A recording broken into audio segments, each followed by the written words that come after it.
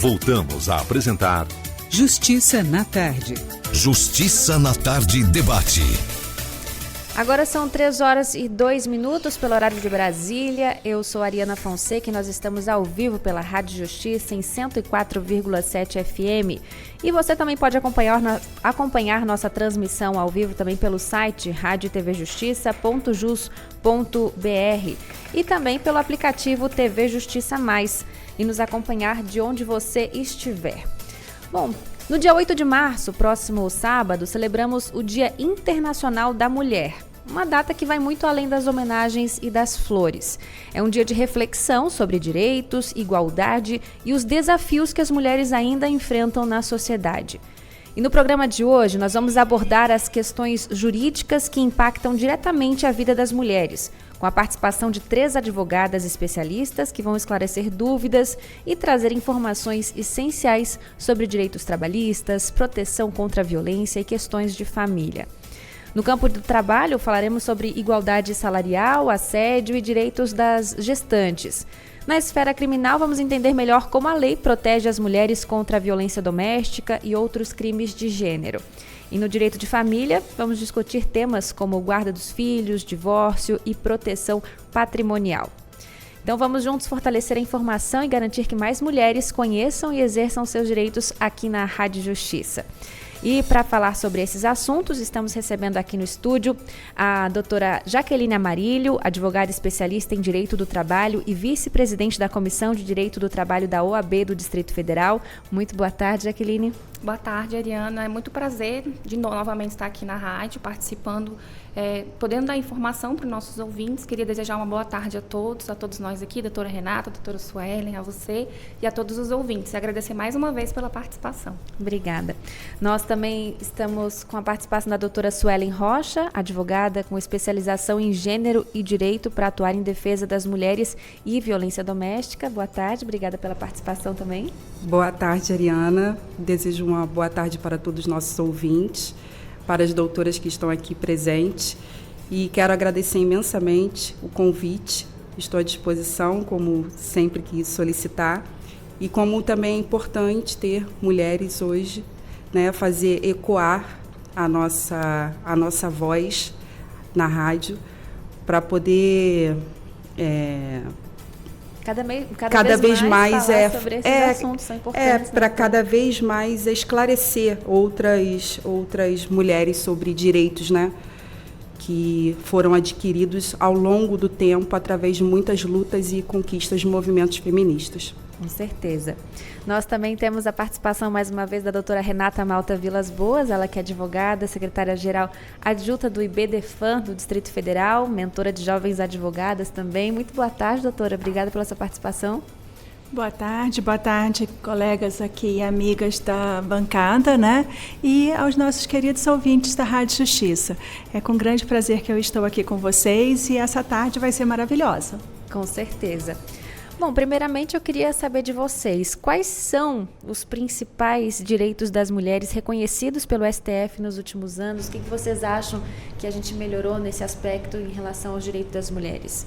Você gostaria de começar, doutora Jaqueline? Sim. Bom, eu acho que nós avançamos bastante, é lógico que temos ainda muito a que conquistar, mas eu acho que aos pouquinhos, né, a gente vem avançando.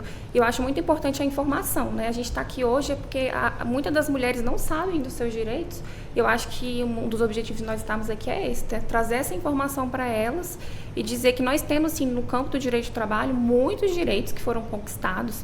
Recentemente, nós tivemos, inclusive, uma decisão do Supremo em relação à licença maternidade, a partir da alta, né, da hospitalar e não necessariamente do nascimento do bebê, porque nós temos mulheres que ficam no hospital depois que o neném nasce durante muito tempo e antes, né, já começava a contar a licença maternidade desde o nascimento, né? E o STF avançou em relação a essa decisão, que eu acho que foi uma das mais recentes, que é possível a mulher pleitear o início da sua licença maternidade a partir da alta hospitalar, né? Então, eu acho que isso é um avanço em relação ao direito do trabalho. E não só em relação à decisão do Supremo, mas nós tivemos em 2023 uma lei a Lei 14.611 de 2023, que foi uma lei marco, né, da equiparação salarial entre os homens e as mulheres. Foi muito discutida, a gente já está com ela regulamentada por meio de decreto, a gente tem o Ministério do Trabalho aí atuando e fiscalizando essa equiparação salarial. As empresas com mais de 100 empregados, elas precisam preencher um formulário onde elas precisam cadastrar para ser transparente, né, esses salários de homens e mulheres, se estão no mesmo cargo ou não. Então, acho que nós, aos poucos, vamos avançando, né, para que as mulheres tenham direitos equiparados, né, na legislação trabalhista, mas temos muito ainda que avançar, né? As regulamentações precisam existir, as fiscalizações precisam existir, mas eu acho que no mundo do trabalho nós vamos, né, estamos avançando, o STF também tem contribuído bastante para as decisões e declarar constitucional algumas questões, né? A gente teve um debate muito polêmico também relacionado à hora extra, né? Antes da reforma trabalhista, as mulheres, antes de fazer a hora extra, tinham que ter um intervalo de 15 minutos. E o STF decidiu na época que isso era constitucional, mas aí, infelizmente, veio a lei da reforma trabalhista e tirou esse artigo. Então, a gente está assim, a gente avança e retrocede um pouquinho, mas a gente avança cada vez mais. E, se Deus quiser, vamos avançando e contribuindo aí para que nós, mulheres, possamos estar dentro do mercado de trabalho equiparadas aos homens, né? Que eu acho que mais do que justo, né? Com certeza. Bom, você falou, já adiantou alguns tópicos que a gente vai abordar durante esse debate aqui no Justiça na Tarde. Sim. Mas, de outro lado, temos a questão dos direitos para atuar em defesa das mulheres, né, e violência doméstica. Doutora Suelen, o que foi discutido aqui no Supremo Tribunal Federal que você acha que foi importante? A DPF 779, se eu não me engano aqui, mas eu vou dar uma olhadinha, que fala sobre a inconstitucionalidade da legítima defesa da honra. Muito se discutia isso, um dos marcos da luta feminista foi a condenação de Dock Street, né, que se remete ao caso de Angela Diniz e Dock Street, que foi utilizado o argumento de que ele teria ali utilizado a legítima defesa da honra. E aí o movimento feminista lutou muito nessa década entre 70 e 80, e principalmente para que ele fosse condenado. Então, é recente essa decisão, que não pode utilizar da legítima defesa da honra para cometer homicídios contra mulheres, né? E também a lei que institui feminicídio no Brasil. Então, são dois marcos bem importantes, mas fundamental a atuação do STF nesse sentido. E para a complementação da colega, que explanou muito bem, é sempre bom lembrar qual foi o marco do dia 8 de março. O dia 8 de março, na história, ele não foi instituído por uma escolha de uma data. Foi por causa da luta de mulheres que trabalhavam em fábricas têxteis, né, em Nova York, e que protestavam por melhores condições de trabalho. Então, como tem tudo a ver com essa data, com o direito do trabalho, com a explanação da nobre colega que me antecedeu, essas mulheres aguerridas, elas estavam lutando pela redução de carga horária, por férias, por igualdade salarial, e isso é uma luta bem antiga até os dias atuais, e nós continuamos na luta para exercer nossos direitos. Então, depois que essas mulheres foram até vitimadas, nessa época foi sugerido essa data para a ONU e foi instituído o 8 de março, Dia Internacional da Mulher. Então, é importante a gente falar sobre as lutas e trajetórias de mulheres que nos antecederam para que a gente conseguisse chegar até aqui, e hoje ainda a gente precisa lutar, reivindicar e lutar para exercer também o direito. O Brasil é um dos países com mais leis e boas leis existentes no mundo. No entanto, a Lei Maria da Penha também foi premiada como a terceira melhor lei do mundo. Mas hoje ainda a gente encontra dificuldades para poder fazer valer o direito da mulher. E eu vejo uma luta constante, institucional também, as instituições se integrando como STF, como TSE também. A ministra instituiu um observatório sobre os direitos políticos da mulher, a ministra Carmen Lúcia. Então, a gente vê que há mulheres aguerridas, empenhadas, engajadas, né, nessa luta, e que nós precisamos nos fortalecer. O que a gente faz hoje aqui, principalmente, que a nossa voz faz com que a gente se conecte com mulheres diversas e esclarecer sobre esses direitos e a atuação institucional também. Com certeza. Doutora Renata, qual que seria a sua contribuição para a gente sobre a importância dessa data aqui? Bom, essa data, ela está sendo comemorada agora, né, em março, mas assim, ela tem que ser comemorada todo dia, porque todo dia a gente precisa de ter alguma coisa que mude como nós nos encontramos, né? Eu brinco até que não me venha com flores em março, né? Eu mereço flores todos os dias do ano. Não me venha com bombons em março. Parece que o dia 8 ficou comercial no sentido, né, de flores e bombons ser aquilo que a mulher quer. Não, a gente não quer flores e bombons, mesmo porque a gente compra flores e bombons. O que a gente quer é respeito. Respeito pelo quem nós somos, como nós somos. Então, nós não queremos precisar disputar o espaço de trabalho, por exemplo, como homens. Nós queremos estar nesse espaço de trabalho como mulheres. Então, assim, o STF, ele começa a ter uma trajetória com mulheres, né, ministras, mas nós precisamos de mais ministras, porque o olhar da mulher é diferente sobre todos os temas. E eu tenho certeza que aquelas mulheres que alcançarem esse posto, elas vão conseguir contribuir com o desenvolvimento do Brasil, né, como um todo, mas assim, vai ser assim, disparado muito melhor do que está, porque é uma visão diferenciada. Então, quando a gente tem o debate de pontos de vista diferentes para chegar numa terceira posição, né, porque a gente está falando em votação, né, aí vai conseguir convencer ou não em determinados aspectos, a gente consegue evoluir, a gente consegue andar. Então, eu estou esperando aí mulheres, né, vindo para o STF, ao STJ e todos os outros tribunais e todos os outros espaços. Então, assim, eu não quero o dia 8 de março, eu sou uma pessoa que quero todos os outros dias para mim e para todos. Porque quando a gente coloca isso, né, e o 8 tem toda essa trajetória do significado, do marco, né, parece que a gente está querendo algum privilégio. E, na realidade, a gente não quer privilégio, a gente quer igualdade, a gente quer se igualar aos homens.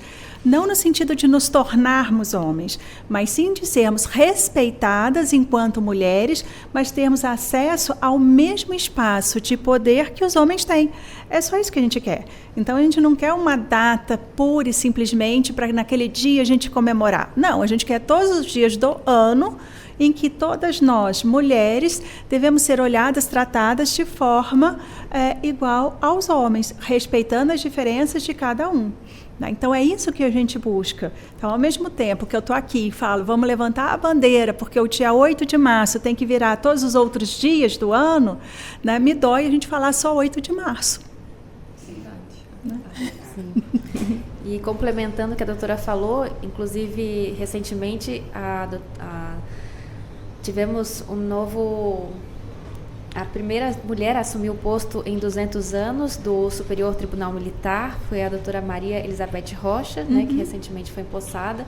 Portanto, é mais uma mulher que está à frente de um Superior Tribunal Militar, né? Eu acho que é importante a gente ter aqui no STF também a ministra Carmen Lúcia. Eu acho que ter uma mulher nesses cargos de poder é muito importante também. Bom, sim. Vamos agora falar, então, sobre a questão trabalhista, doutora Jaqueline. Nos últimos tempos, nós tivemos alguns avanços aqui no Brasil, né? Inclusive, de acordo com o primeiro relatório de transparência salarial, divulgado em março de 2024 pelo Ministério do Trabalho e Emprego, as mulheres no Brasil recebem, em média, 19,4% menos que os homens. Essa diferença varia conforme o cargo ocupado. Por exemplo, em posições de direção e gerência, a disparidade chega a 25,2%. Mulheres ainda enfrentam desigualdade salarial em todos os setores, né? O que a legislação prevê para combater isso, doutora? Então, nós tivemos um avanço dessa legislação de 2023 e quando ela veio, houve-se uma discussão. Por que essa lei? Né? Porque na Constituição Federal nós já temos uma previsão de que o homem e a mulher não é possível ter uma discriminação salarial e na CLT também tinha essa previsão. Só que era uma aplicação inócua, né? Vazia, não havia essa aplicação, não havia uma fiscalização, não havia uma transparência para que o poder público pudesse verificar se estaria, né, tratando as mulheres e os homens de forma igualitária dentro do mercado de trabalho. Então essa legislação ela veio para que pudesse regulamentar tanto a Constituição Federal como a CLT. E essa lei ela é muito específica porque ela traz um decreto vinculado a ela, que também foi publicado no mesmo ano de 2023. E no ano passado tem uma instrução normativa do Ministério do Trabalho também que fala como que vai haver essa fiscalização, esse controle, para que as mulheres que exercem os mesmos cargos que os homens não ganhem menos, né? Então, porque essa lei ela visa o quê? A equiparação salarial dentro do mesmo cargo. Então, a gente tem que estar falando de uma mulher, exemplo, uma mulher motorista e um homem motorista. Por que uma mulher ganha menos e o homem ganharia mais dentro da mesma função? Então, hoje, de acordo até com esse relatório que você trouxe, a lei que permitiu isso, né? Com que as empresas elas, com mais de 100 empregados, elas são obrigadas a preencher esse relatório de transparência para que seja público, né? A mulher exerce esse cargo aqui dentro da empresa, os homens exercem esse, elas ganham X, eles ganham Y. Então, para demonstrar que há uma paridade em relação ao salário, então esse avanço desse relatório, dessa transparência veio com essa legislação. E hoje o Ministério Público do Trabalho pode fiscalizar de uma forma mais eficaz por conta dessa lei. Inclusive, esse ano existiram muitas fiscalizações voltadas para essa questão. Muitas empresas foram notificadas, eu inclusive atuei em algumas fiscalizações, onde foram verificados por meio de denúncia das próprias mulheres, né, de que havia uma defasagem salarial, mesmo exercendo o mesmo cargo que os homens. Então, o Ministério Público está podendo atuar para multar essas empresas, né, para prevenir, né, que não aconteça, para reprimir, enfim. E isso foi tudo por conta dessa legislação. Então, assim, a gente tinha na Constituição, né, a questão da igualdade para homem e mulher, não poderia haver discriminação dentro do mercado de trabalho, de acordo com a Constituição, e também tinha na CLT. Mas ela não era aplicada, então essa legislação ela veio para poder regulamentar isso e trazer canais de denúncia, programas de diversidade e inclusão das mulheres, capacitação dessas mulheres. Então, tudo isso está vindo com essa nova legislação. É um avanço, nós precisamos avançar demais, porque nós estamos vendo que, mesmo com a lei, nos relatórios, as mulheres ainda ganham menos que os homens. Mas é importante a gente verificar que a gente está falando dentro do mesmo cargo, né? Então, nós temos que ver se realmente essa diferença se faz em relação ao mesmo cargo. E assim, a gente tem canais de denúncia, né, dentro da lei, do que a lei permite, do que a lei discrimina. Então, assim, eu acho que foi um avanço essa legislação. Eu lembro que na época que ela foi sancionada, todo mundo falava, mas por que mais uma lei protegendo as mulheres, né? E havia aquele burburinho e a gente falava, não é mais uma lei. Se a gente percebe, o que existe hoje não está sendo aplicado. Então, a lei veio para poder fazer cumprir e regulamentar o que já existia e que não era cumprido, né, pelo poder público, pelas empresas, enfim. Então, eu acho que é uma evolução e depende de nós, mulheres também, das empresas de denunciarem, né, de preencherem os relatórios de transparência para que todos, né, a gente possa ter acesso e poder trabalhar dentro dessa paridade que a gente tanto almeja, né? Com certeza. E doutora Suelen, em 2020 e 2023, entre 2020 e 2023, a Justiça do Trabalho julgou quase 400 mil ações relacionadas a assédio moral e sexual. Esse dado está lá no site do cnj.jus.br. Nesse período, os processos por assédio sexual aumentaram 44,8%, enquanto os de assédio moral cresceram 5%. Vamos falar um pouco sobre essa questão do assédio moral e sexual no trabalho, que são desafios constantes, né? Sim. Se fala muito, foi bom você abordar esse tema, se fala muito em masculinidade tóxica, que são comportamentos que homens foram padronizados, infelizmente, na nossa sociedade, naturalizados como comportamento masculino. E a gente precisa refletir também sobre a educação tóxica, né? Como mulheres ainda educam homens a reproduzir comportamentos que traduzem em violências contra meninas e contra mulheres. Então, a gente vou chegar nesse ponto que você falou, que é uma situação muito pontual, mas existe um esforço ainda tem que ter um esforço ainda muito grande para mudar a cultura da nossa sociedade, no geral, até para que alcancemos o que tanto desejamos, que é o respeito à mulher, independente do local onde que ela esteja, seja dentro de um transporte público, seja no local de trabalho. E com isso, a gente ainda se depara com essa situação do assédio dentro do local de trabalho, onde muitas mulheres ainda têm vergonha para denunciar, têm medo de sofrer represálias, retaliações, e infelizmente o assédio também é sexual. Eu entendo que as mulheres devem usar os canais de denúncia, procurar o Ministério Público do Trabalho, pode procurar a nossa entidade de classe também, a OAB, ela exerce um trabalho também junto com a sociedade, atender mulheres, procurar a polícia, mas assim, hoje a gente não tem nada que nos blinda, até nós mesmos, advogadas, de passar por essas situações. Então, assim, o que eu vejo, o que eu penso como um pensamento meu é que não dá para... se torna assim, impossível dar efetividade a direito das mulheres se não tiver uma integração total da sociedade, um chamamento público. Nas escolas, chamar os homens também, porque direito das mulheres e assunto que envolva mulheres não se remete só a mulheres para a luta. Os homens também devem se engajar, né, nessa luta, a mudança de cultura, a mudança de comportamento. Aqui em Brasília eu ouvi, né, uma reunião, uma coisa muito interessante, que foi do Sindicato dos Professores, que eles atuam com uma perspectiva de gênero nas escolas.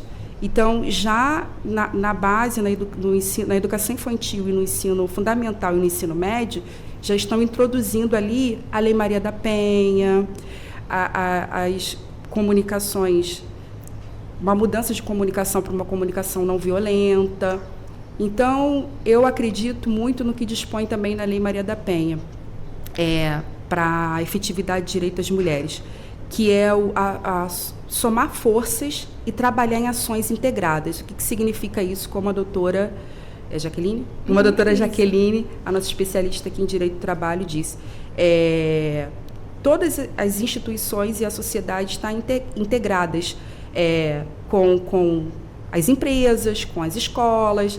Por exemplo, o Ministério Público depende muito da gente em denunciar, mas também fazer esse chamamento, chamar a sociedade, chamar o público em geral, para poder ajudar nessas ações integradas, porque senão não se torna efetivo. O Brasil vai continuar sendo um país que tem as melhores leis, a Lei Maria da Penha vai ser a lei premiada, mas como é que a gente consegue dar efetividade nisso? Então, primeiro, a informação de forma preventiva. Segundo, a atuação de forma integrada, como dispõe a Lei Maria da Penha, em específico para a violência de gênero. Retornando lá o que você mencionou, desses abusos assédio no ambiente de trabalho, assédio no ambiente de trabalho, sim, infelizmente ainda é recorrente, mas eu creio muito no poder institucional e nas políticas públicas que a gente tem hoje, nas advogadas combativas, aguerridas, como a doutora Jaqueline, como a doutora Renata, entre outras colegas que não se fazem aqui presente, mas que estão aqui representadas por nós e pela OAB também. Inclusive, doutora Renata, a senhora é mentora de jovens advogadas, é isso mesmo? Isso. Você aborda sobre essa questão de assédio relacionado às mulheres também? Abordo. Por dois motivos, porque a gente consegue visualizar isso acontecendo dentro dos escritórios de advocacia. Infelizmente, a nossa casa, né? Os escritórios de advocacia, muitos ainda perpetuam toda essa questão de violência contra a mulher. Então, começa com a estagiária e algumas imposições, como até o tamanho da saia que ela tem que usar, o tamanho do salto. Então, eu trabalho, sim, isso com elas. E a forma como elas vão resolver essa situação, esse problema que tem ali. Porque, ao mesmo tempo, ela precisa, né, e hoje o estágio é mais visto como uma fonte de renda do que um estágio propriamente dito, né? Então, elas precisam estar ali, tanto economicamente quanto no processo de aprendizado dela, mas não pode ficar ali se sujeitando a esses mandos e desmandos que a gente tem. Exatamente. E, Ariane, só complementando essa questão do assédio sexual, como é relacionado ao trabalho, né?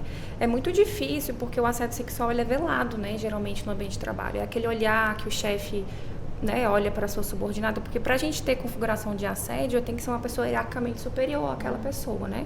Então, muitas das vezes acontece sem testemunha, uma coisa velada, uma reunião, só as duas pessoas ali, vamos aqui, vamos despachar aqui alguma coisa, e aí acontece aquele assédio e a empregada muitas vezes não tem como provar, porque no direito do trabalho, antes da prova, no assédio é sempre do empregado, né? Então, fica muito difícil. Então, o que eu falo muito para os clientes que me procuram gente, grave, porque muita gente acha que você gravar não pode usar como prova. Pode, desde que você esteja ciente, não sejam duas pessoas desconhecidas, você gravando, você grave, você, né, se você sabe que aquela pessoa está te assediando, liga seu celular, grave, enfim. Você precisa de provas para que você consiga combater. E precisa ter coragem, né? Porque muitas das vezes a retaliação vem, a pessoa te demite, e muitas mulheres ficam caladas por isso. E a gente não pode. Eu fui participar de um depoimento, né, de um assédio sexual, e um policial falou: por que essa mulher tem essa postura e essa mulher tem outra postura? E eu falei para ele, doutor, essa mulher aqui é uma mãe de família solteira, ela precisa muito daquele emprego, essa outra, ela tem um marido que sustenta a casa dela, então ela consegue se impor. Então, você não pode generalizar as situações, muitas vezes dizer que a mulher está dando mole para o chefe, porque você não sabe a realidade daquela empregada, daquela mulher. Então, muitas vezes, colocam a gente assim numa situação, tudo num bolo só, e não conseguem individualizar. Então, a questão do assédio sexual é muito difícil provar, e é importante que as mulheres sejam corajosas e enfrentem, para que dê até estímulo para outras mulheres que estão sofrendo também possam fazê-los, né? Com certeza. Inclusive, temos uma notícia recente que uma estagiária foi condenada por acusar falsamente o ex-chefe de assédio. A jovem foi condenada por acusação falsa de assédio sexual contra o ex-chefe após a investigação comprovar denúncias como vingança pessoal. Inclusive, isso aconteceu aqui no Distrito Federal, em Samambaia Norte. Bom, a doutora Sueli, gostaria de complementar sobre essas questões de assédio no trabalho? Eu achei que você tocou agora num ponto importantíssimo, que são de falsas acusações. Eu acho que isso é imprescindível falar.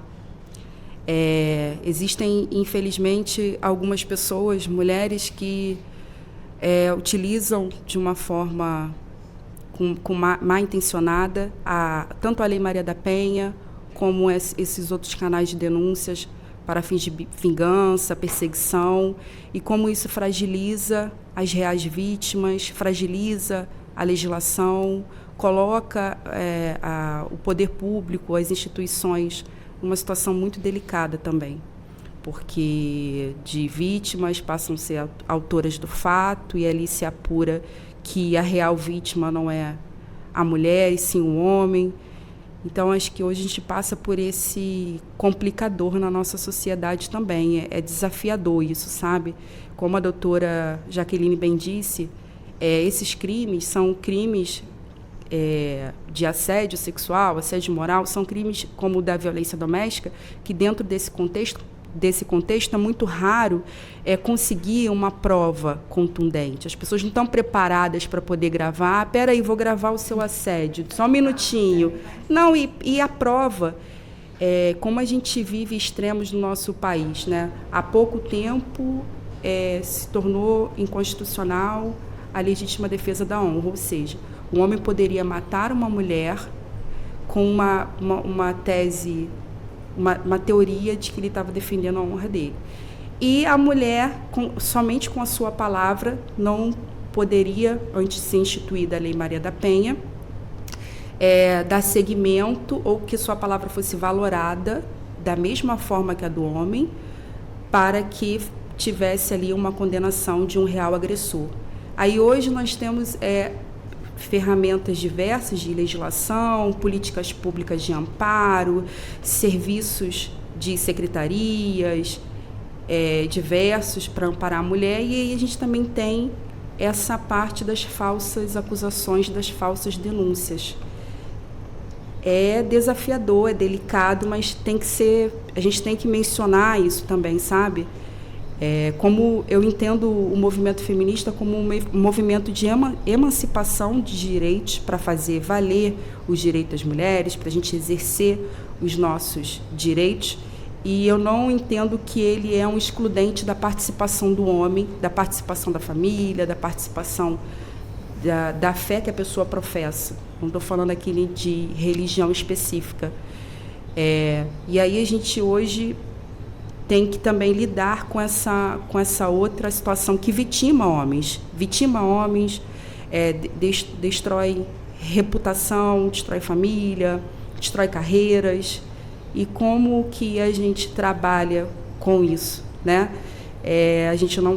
Eu não estou aqui propondo ir na contramão de tudo que a gente conseguiu até hoje, até porque foram grandes lutas e grandes conquistas, e a gente tem que continuar ainda a fazer valer o nosso direito a cada dia, porque senão a gente não consegue, como a doutora Renata bem disse, né? Nós temos ainda dentro do poder público institucional a presença feminina, mas a presença feminina nos tribunais, como desembargadoras, como ministras, ela ainda é pequena.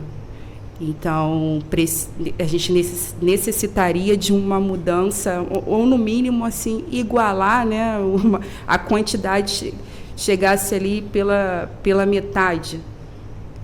Mas a gente precisa pensar políticas públicas, pensar como tratar essas falsas acusações.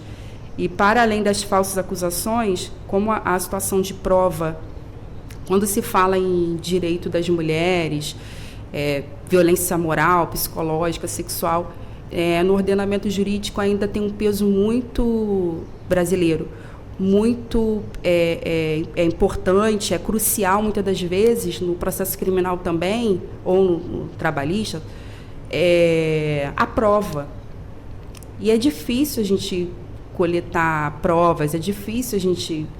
O hipossuficiente, o leigo, a pessoa que não sabe, é difícil. Então, hoje o poder público ele tem dois ali dilemas. Um é receber todas as denúncias, não tem que julgar, e sim ter uma tramitação de um devido processo legal, ou de um inquérito de um processo administrativo, um inquérito, mas filtrar esses casos de falsas acusações para implementação de políticas, para amparo também das vítimas que sofreram as falsas acusações.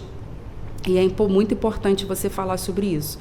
Esse é um tema que tem que ter mais visibilidade em todas as esferas, seja na parte do direito do trabalho, seja na parte da violência doméstica, na criminal, porque isso acaba com a vida da vítima, né? Do homem que acaba se tornando vítima também, sabe? Acaba com a vida da família, dos filhos e se estende a uma série de gerações que a gente nem tem como contar. A gente pensa muitas das vezes que uma ofensa proferida a Jaqueline, uma ofensa proferida a mim, ela só recai em mim. Não, dependendo da ofensa, dependendo da acusação, isso aí vai passando para a geração de toda uma família, para o nome da família, e existe um trauma aí, né? Algo que a pessoa vai ter que ressignificar e também acaba ficando indignado, revoltado com o poder público e com a lei,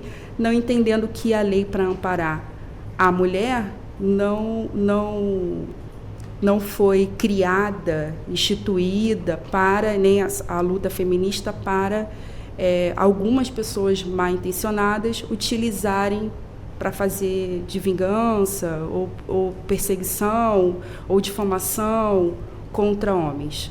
Então, essa reflexão que eu faço sobre sobre o que você anunciou, né? Que a gente deve ter um olhar mais delicado, cauteloso e ter um trabalho específico para trabalhar as falsas acusações. Esse é um número, não deve ter tudo registrado, né? A gente não tem muitos, pelo que eu tenho conhecimento, não é trabalhado esses casos. Devem ter sim mais, mas devem ser bem trabalhados com política pública para poder amparar, não é um homem, para amparar o que é melhor para a transformação da nossa sociedade. E, por outro lado, nós temos muitas vítimas que deixam de denunciar o agressor, né? Acaba tendo muito medo e receio por conta da família, situação financeira. Doutora Renata, gostaria de complementar essa parte? Bom, eu vou retomar um pouquinho a fala, porque, assim, quando a gente fala que existem as falsas acusações, a gente tem que separar dentro desse conjunto o que realmente é uma falsa acusação e aquelas que a gente não consegue ter uma produção de prova que seja eficaz, né? É porque o que acontece? Lá no universo, né, do penal, a gente tem uma ideia de que, na dúvida, você não condena aquele que está sendo acusado, né? O indúbio pro réu. Sim. Então, quando a gente tem um indúbio pro réu, e que deve permanecer, não só contra ele, o que acaba acontecendo? Quando essa mulher chega até a delegacia e ela não tem um conjunto probatório que ele seja robusto aos olhos do judiciário, né, do Ministério Público, ali do delegado, ela não consegue fazer valer os seus direitos. Então, é o que a colega estava colocando. Às vezes, eu não tenho condição de gravar, eu não tenho condição de filmar, sou eu, é só a minha voz.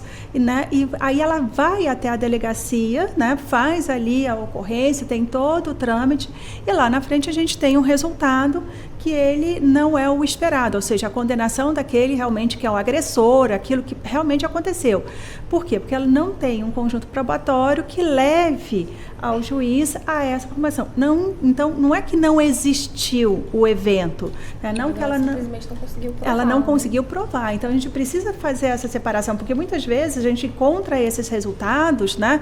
E fala, nossa, quantas Maria da Penha que acabou não virando inquérito, que acabou não ou virou o inquérito e aí não virou uma ação penal, né? Que são as 3 etapas que a gente acaba falando, mas é porque às vezes não tem, né, indícios suficientes para fazer essas fases, para passar por isso, mas não significa que não existiu, né? Não significa que aquilo não ocorreu. Então, essa busca pela produção de provas, ela é muito difícil de você obter, porque se a gente está falando que esse agressor, via de regra, é o marido, é o namorado, né, que é o pai, que assim está ali, é o chefe. Então, você está nesses momentos em que não tem mais ninguém. Né? Então, dependendo do que for, você não tem como filmar, não tem como gravar. Né? Então, às vezes, uma forma de olhar, né? Uma forma desse homem olhar para essa mulher, que seria a sua subordinada, ou esse pai olhar para essa filha, né? É uma forma lasciva, não deveria nunca acontecer. E a gente poderia, né, falar, não, mas eu tenho a Lei Maria da Penha, eu tenho essa previsão legislativa, mas como é que você vai provar? Você vai colocar dentro da sua casa o tempo todo câmeras ali funcionando? Quantas pessoas vão ter, né, condições econômicas de ter, né, câmeras para poder instalar em tudo quanto é lugar e saber manejar? Porque não é só ter dinheiro, é tudo uma etapa, né? Tudo são passo a passo. Então, às vezes a gente tem resultados que dizem, aqui não vou condenar o fulano de tal, mas no fundo não tem uma produção de prova porque ela não conseguiu levar. E passa a ser, entre aspas, uma responsabilidade dessa mulher levar esse conjunto probatório.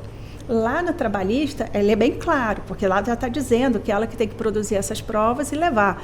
Né? Mas veja, eu sou assediada, né? Eu estou passando tudo isso e eu ainda tenho que juntar.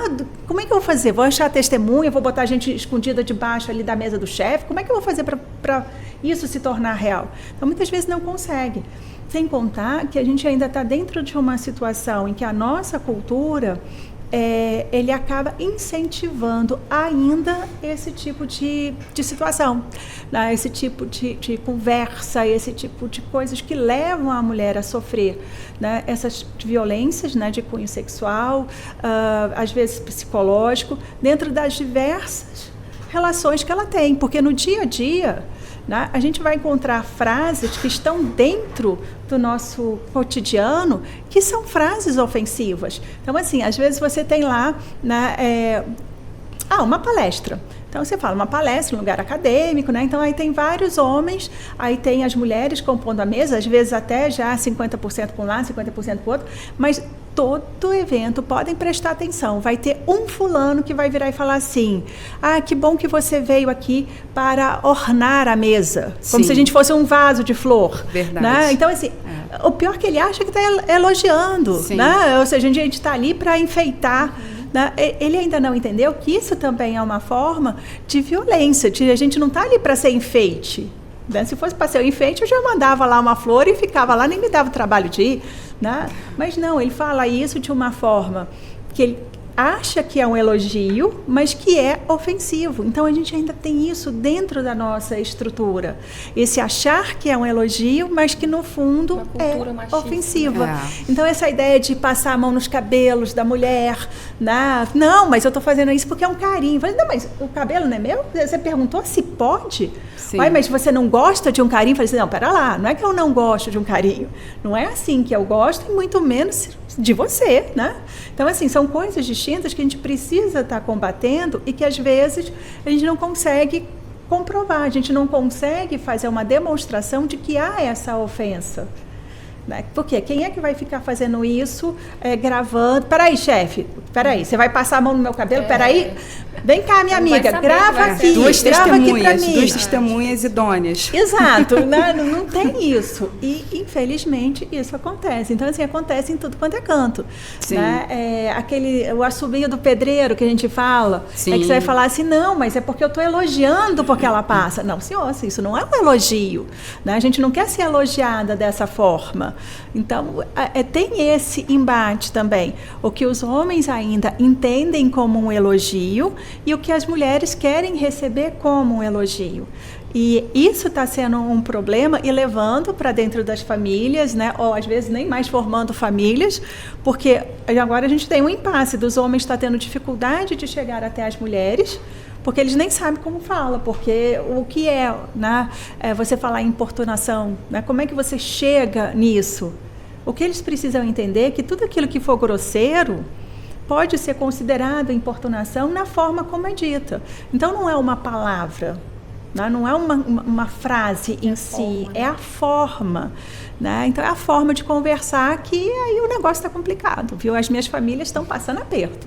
Doutora Jaqueline, tem muitos casos assim, fazendo muitas vítimas processando os agressores, né, nessa questão trabalhista, envolvendo esse tipo de comportamento masculino? Sim, infelizmente é um dado que cresce muito, né? O assédio moral, ele vem crescendo muito, tanto no ambiente masculino, mas as mulheres, elas são um percentual bem maior, né? Porque, assim, na relação de trabalho, a gente tem um empregado que já é hipossuficiente na relação, que a gente chama, né? Porque há uma disparidade, né? Muitas das vezes você é obrigado a aceitar situações porque você tem que manter o seu emprego, que muitas vezes sustenta a sua família, né? É o seu alimento. Então, você tem que se submeter a algumas situações. E quando você é mulher, aí eu acho que piora, né? Então, assim, às vezes você tem que se submeter a situações piores ainda por ser mulher, por ser empregada e por ser mulher. Então, assim, o que acontece muito, acontece muito mais assédio moral com mulheres do que com homens, isso é, né, comprovado até por estatísticas de decisões judiciais, de demandas judiciais, e o assédio sexual mais ainda, né? E a gente tem muito essa cultura, como a doutora falou, do machismo, né, que é reproduzido pelas gerações. E a gente escuta muito falando, mas ela também vem trabalhar com essa saia, vem trabalhar com esse decote. E isso é assim, né? A gente escuta essas frases, assim, inclusive em depoimentos de testemunhas, né? Que a gente fica, meu Deus do céu, né? Porque a mulher é livre para trabalhar da forma que ela quer. Lógico que tem que cumprir normas, né? Porque está num ambiente de trabalho, mas não é por esse motivo que ela tem que ser assediada sexualmente, né? Então, assim, existe muito, infelizmente esse dado só aumenta. E como foi dito aqui, só para finalizar essa questão, é muito difícil a mulher empregada provar um assédio sexual, porque ele acontece entre quatro paredes, ele acontece ali com o seu assediador e com a empregada, né? Então, muitas das vezes ela não sabe que vai ser assediada, então não tem como ela gravar, e muitas das vezes ela não tem coragem, às vezes ela não tem ela pensa, poxa, meu emprego, vou sustentar minha família, se eu fizer alguma coisa eu vou perder. Então ela se submete a essa situação. E o que a gente fala como profissional é porque não tenha medo, né? Que denuncie para, inclusive, essa pessoa ser tirada daquele local. Não precisa necessariamente ela sair, né? A gente vê casos aí de grandes empresas que têm né, gerentes, enfim, que são retirados, né? Que saem até na mídia, ó, essa pessoa saiu porque ela... e muitas das vezes elas falando, ela traz coragem para outras mulheres que também estão sofrendo aquele assédio, que podem ser testemunhas de um outro caso, porque o assediador ele nunca faz com uma pessoa só, né? Geralmente ele é um assediador que faz com todos. Então você abrindo, falando, você dá coragem para outras pessoas, e muitas das vezes essas outras pessoas são as provas que você tem, e muitas das vezes aquela pessoa é retirada daquele local de poder, porque o assediador ele é uma pessoa hierarquicamente superior à sua empregada. Então a gente precisa que haja essa denúncia, né? Enfim, para que essas pessoas saiam desses locais, né? Para que não se perpetue essa prática que, infelizmente, ainda é muito alta. Sim. E quando o agressor mora na mesma casa, como que é a situação? Porque ali é ambiente de trabalho, pode mudar o gestor de local, mas agora, em relação entre homem e mulher, quando acaba tendo essa violência doméstica, como proceder nesses casos, doutora?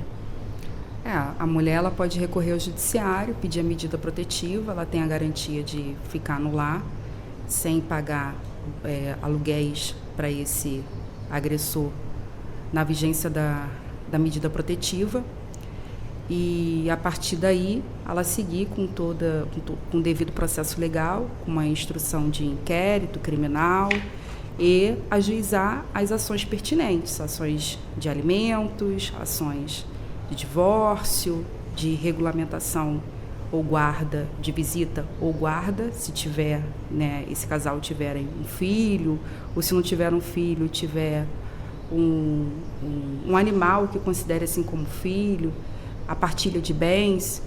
Então, são as ações cabíveis para esse caso. Entre o que a lei determina sobre as ações cabíveis, nós temos também toda a política pública, que depende de cada estado, mas aqui no DF também tem, no Rio também tem, que são os centros de amparo à mulher, CEAM, Centro de Atendimento Especializado à Mulher Vítima de Violência Doméstica. Então, assim, eu gostaria de fazer uma complementação na fala da doutora Jaqueline, quando fala denuncie e procure ajuda, procurar ajuda especializada. É muito importante procurar uma ajuda especializada, um centro especializado para a escuta dessa mulher, profissionais capacitados, assim como prevê a Lei Maria da Penha. A Lei Maria da Penha prevê que profissionais que atuem nessa área sejam capacitados para atuar, para fazer essa escuta, para acolher essa mulher nesse momento tão delicado, frágil, em que ela se sente culpada, ela se sente também ali como trabalha a relação muito de culpa do término do relacionamento, de como as coisas aconteceram, e é necessário um atendimento psicológico, um acompanhamento com assistente social, e que isso funcione dessa forma, porque só ir até o judiciário não vai acolher a mulher na sua dor integral, porque ela precisa daquele momento de desabafar, ela precisa que alguém a entenda, e precisa também dar conta da sua vida, né? Ter autonomia financeira, voltar ao mercado de trabalho, e aí, voltando ao mercado de trabalho, se depara com essas questões que a doutora Jaqueline bem explanou aqui, né? Outras questões que envolvem a relação de trabalho, como assédio moral. E também gostaria de fazer uma complementação da fala da doutora Renata. A doutora Renata trouxe aqui um outro ponto, que é um ponto de pesquisa meu. São dois, as falsas acusações e essa situação da prova. Por quê? Eu recebi um pedido de ajuda de uma mulher vítima, e ela está respondendo por uma denunciação caluniosa, em que ela não conseguiu, no momento do que foi lá fazer o registro de ocorrência e que tramitou o inquérito, juntar as provas. Por quê? Porque ela não sabe fazer isso. Ela não sabe pegar uma prova, transformar em PDF, para anexar no inquérito e a delegacia não tem a obrigação de fazer. E ela também não foi ouvida ou não se comunicou bem nessa parte e tramitou o inquérito e de vítima ela virou autora do fato.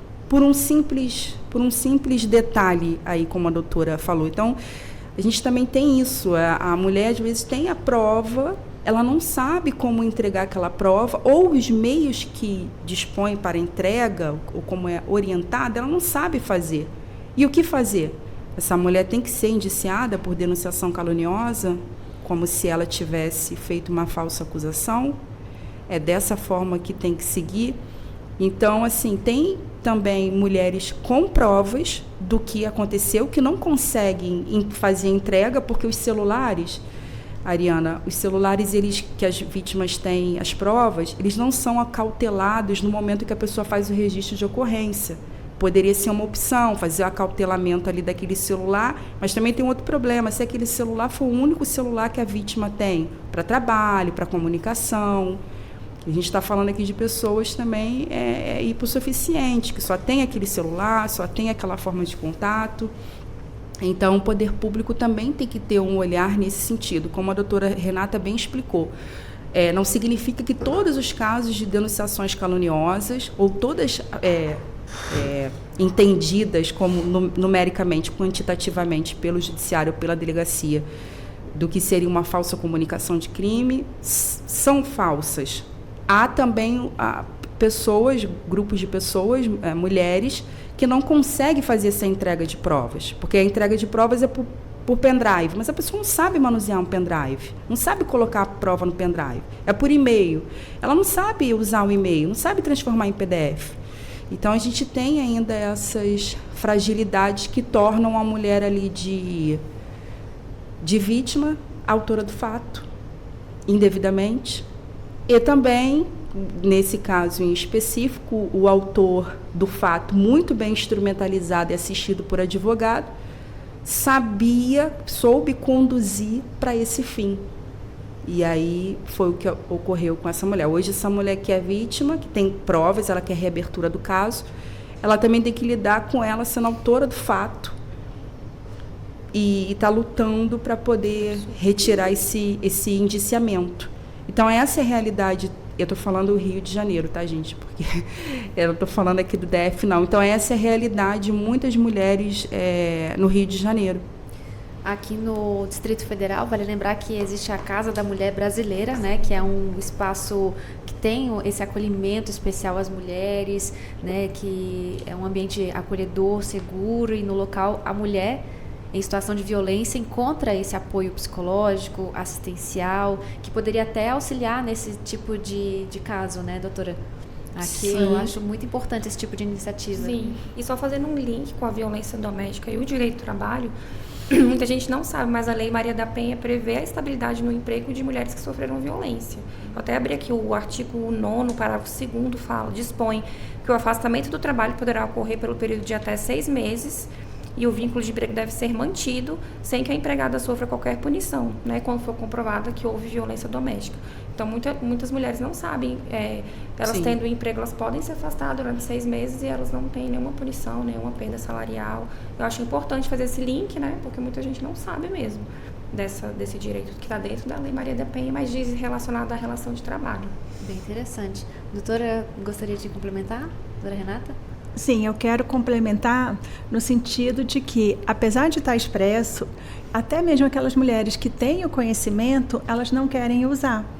Porque, da mesma forma que a gestante, quando nasce o bebê e ela retoma o seu trabalho, às vezes ela ganha como presente ali já a carta de demissão. Né? Porque ela ficou afastada, aliás, não é que ela ficou afastada, a fala ela não quis ir trabalhar, e ficou à toa em casa, né? Alguma fala nesse sentido, naquele período ali, então agora ele vai o empregador vai e a demite.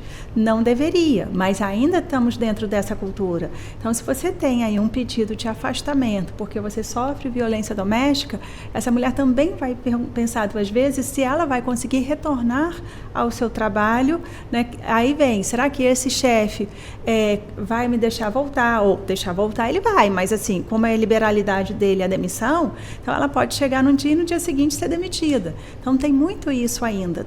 Ou seja, toda a nossa estrutura não ajuda a mulher em nada. Porque a gente passa o tempo todo falando, vamos tentar produzir prova, mas eu não sei como. Vamos tentar fazer, chegar, né, as diversas instituições, mas eu não sei como, né? Ou existem algumas limitações. Você fez menção à questão da Casa da Mulher Brasileira. A Casa da Mulher Brasileira, que é um excelente espaço, ela também sofre uma limitação. Se essa mulher tiver 2 filhos, ou um filho maior que 12 anos, esse menino não pode ficar lá. Então, imagina... O que a gente pensa na integração dos poderes públicos, porque tinha que ter uma legislação que essas mulheres tinham que ter creche, prioridade nas filas das creches, por exemplo. Então a gente teria que trazer agora já vem um poder legislativo aí que teria que intervir, então é muito dinâmico assim, né? O poder público tem que estar integrado, porque você não consegue trabalhar de forma específica, né? E a gente vê muito nas nossas falas.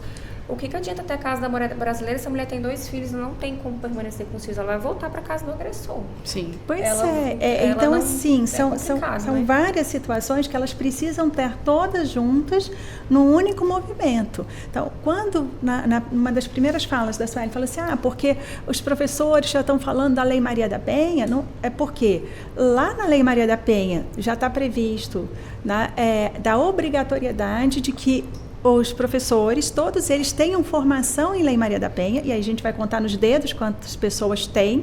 E quando eu digo formação, não é fazer o curso de Direito, não, mas é que dentro do curso de Pedagogia teria que ter aulas mesmo efetivas sobre a Lei Maria da Penha. Aí quando você vai para o direito educacional, você vê que está previsto que todos os níveis têm que trabalhar a violência contra a mulher, contra a criança. Está expresso nas legislações. Só que quem é que está levando essas informações? Somos nós. E parte de nós ainda é preconceituoso, ainda fala em mimimi da mulher, ainda fala, não é bem assim. Porque eu não estou falando quem está lá na ponta, eu estou falando, inclusive, de quem está dentro do judiciário, quem está dentro do Ministério Público, quem está... Né? Então, volta e meia a gente tem aí notícias de promotores que são afastados ou juízes que são afastados, que eles dizem, não vou aplicar a Lei Maria da Penha, ou não é bem assim que a gente vai interpretar a fala da mulher. E vem com essas características. Por quê? Porque dentro dele ainda está arraigado o preconceito. E na hora que ele está com a caneta, aí vem lá. Então, assim, a gente fica o tempo todo correndo atrás, mas todo o sistema em si, ele é contrário à mulher. Então, olha só, né, todo mundo aqui, quando a gente vai falar em casamento, união estável, fala de questão de partilha de bens, e a regra é 50% para um lado e 50% para o outro. 50% para a mulher e 50% para o homem, né, quando eu tenho ali o divórcio. Aí todo mundo fala, não, mas é justo, 50-50, ok. Só que se a gente parar para pensar e pegar qualquer dado nesse sentido, você vai ver que a mulher, ela tem o trabalho, né, fora de casa, e o trabalho dentro de casa. Sim. Então, como é que é justo que ela, na hora que eu tenho um divórcio, o término de uma relação afetiva, eu vou ficar só com metade do patrimônio, sendo que eu trabalhei 2 vezes? O fora para trazer o dinheiro e a manutenção do lar ficou sob a minha responsabilidade. Aí você vira e fala assim, não, então vamos pensar no percentual diferente, 40 para ele e 60 para ela. Não, mas aí você está querendo, né, passar a mão na cabeça da mulher. Eu falei assim, não, mas não é ela que está trabalhando mais? Se a gente fala que a mulher tem a tripla jornada, a quádrupla jornada, então por que ela não tem direito a ter um percentual maior no patrimônio? Aí a gente tem aquele período ali, vamos falar de alimentos para esse cônjuge, né? Agora, ex. O que a gente tem? Não, né? Ela ficou em casa aproveitando de não fazer nada, estava lá se matando, cuidando dos meninos, lavando, passando, cuidando. Aí pronto. Doutoras, o debate está muito importante, muito interessante, mas agora são 4h01. Nós vamos para um breve intervalo e na sequência nós vamos ter mais debate aqui sobre esse tema. Rádio Justiça 104,7 FM, sintonize seus direitos. Você está ouvindo Justiça na Tarde.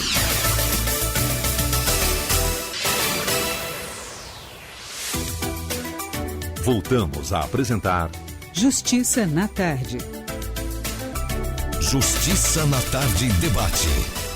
Agora são 4h07 pelo horário de Brasília. Eu sou Ariana Fonseca e nós estamos ao vivo pela Rádio Justiça em 104,7 FM.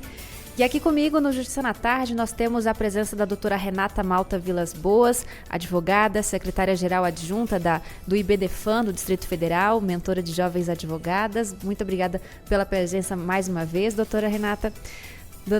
Doutora Jaqueline Amarilho também está aqui conosco, advogada especialista em Direito do Trabalho e vice-presidente da Comissão de Direito do Trabalho da OAB do Distrito Federal.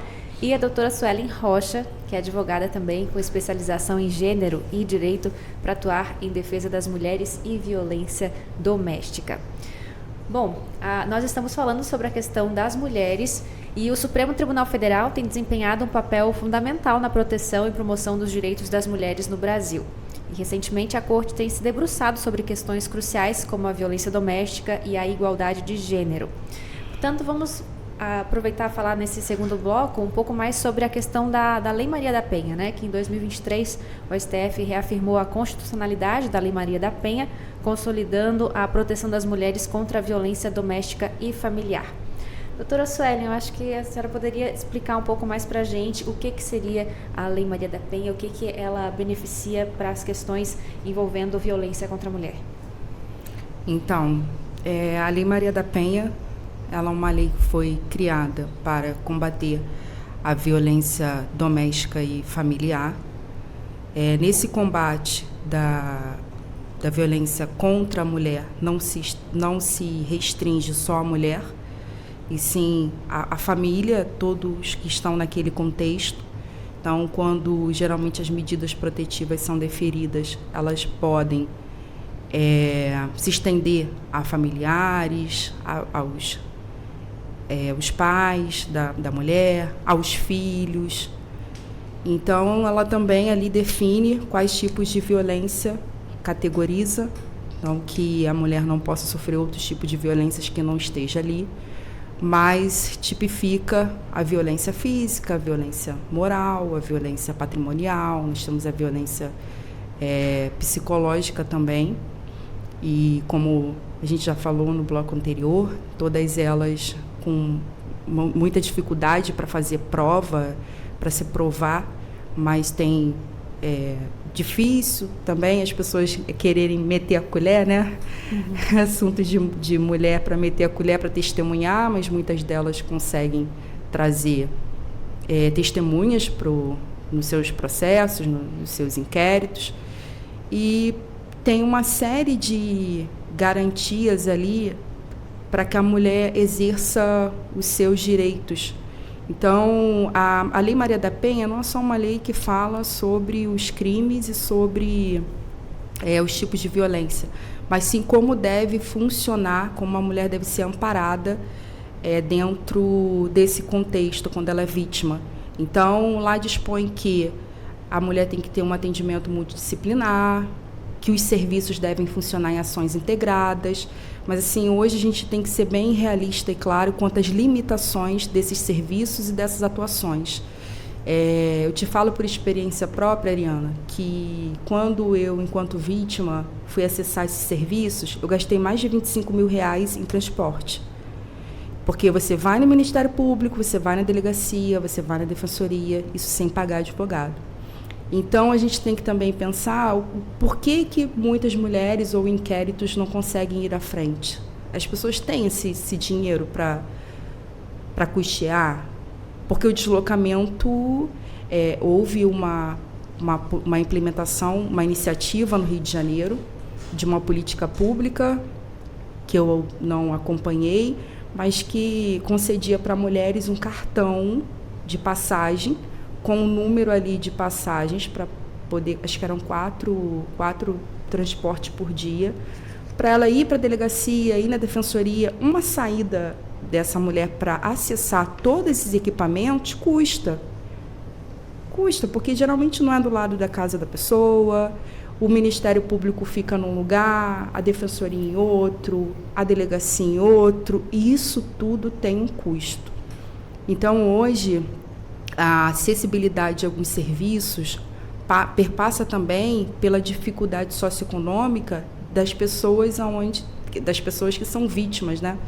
Então, fica difícil a pessoa não fica assim, delicado não ficar na ausência de direitos, porque você tem os serviços, mas se você não conseguir dar continuidade na sequência daqueles serviços, você não vai ter a integralidade de um inquérito bem instruído, de ir nas audiências, e essa dificuldade ela não é discutida, pelo menos assim, até onde eu participei dos grupos onde que eu fui.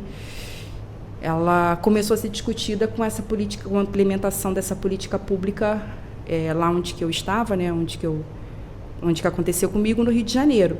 Então, isso também é um impeditivo, sabe, para integralizar. E eu acredito muito na funcionalidade dessa lei com pessoas realmente comprometidas e capacitadas para trabalhar na execução da Lei Maria da Penha. Por isso que o Procure Ajuda, para mim, é um Procure Ajuda especializada, porque qualquer tipo de ajuda não vai te ajudar naquele momento. Talvez vai fazer com que você ou fique mais deprimida ou sinta-se mais culpada daquela situação toda. Mas é importante a gente tocar nesses pontos sensíveis, sabe, que afastam ainda as mulheres de ser sujeitos de direitos e não ficar na ausência de direitos.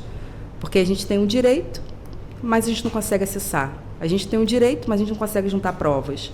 A gente tem um direito, mas não conseguimos ter um amparo que deveríamos ter. E até onde sim, esses serviços que deveriam funcionar de forma integrada não estão ainda interligados ou ajustados para atender a necessidade da população, principalmente a população carente, que só tem um celular, não sabe usar um e-mail. Mas voltando lá para a Lei Maria da Penha, a Lei Maria da Penha também prevê o descumprimento de medida protetiva como crime, né? Que o agressor pode ser preso. E também é importante frisar das intimações das vítimas, que as vítimas, eu acho que uma das formas de impedir que aquele inquérito seja arquivado, isso está dentro do Código de Processo Penal. A vítima ser intimada para ela, antes do arquivamento, que deveria ser, apresentar provas novas, se manifestar sobre uma manifestação ministerial do arquivamento, que a partir dali, desse momento aí, que se torna um grande problema. Porque aí a vítima não é intimada, ela não entende processo penal, ela não entende inquérito, ela não sabe como tramita, ela não tem essas informações, ela tem a ampla divulgação da informação e da necessidade dela denunciar. Então, assim, por uma experiência pessoal bem difícil e bem penosa, eu abri um instituto para amparar mulheres e eu vi que o que eu passei, outras mulheres estão passando em situações idênticas às que eu passei há 5 anos atrás, em 2021.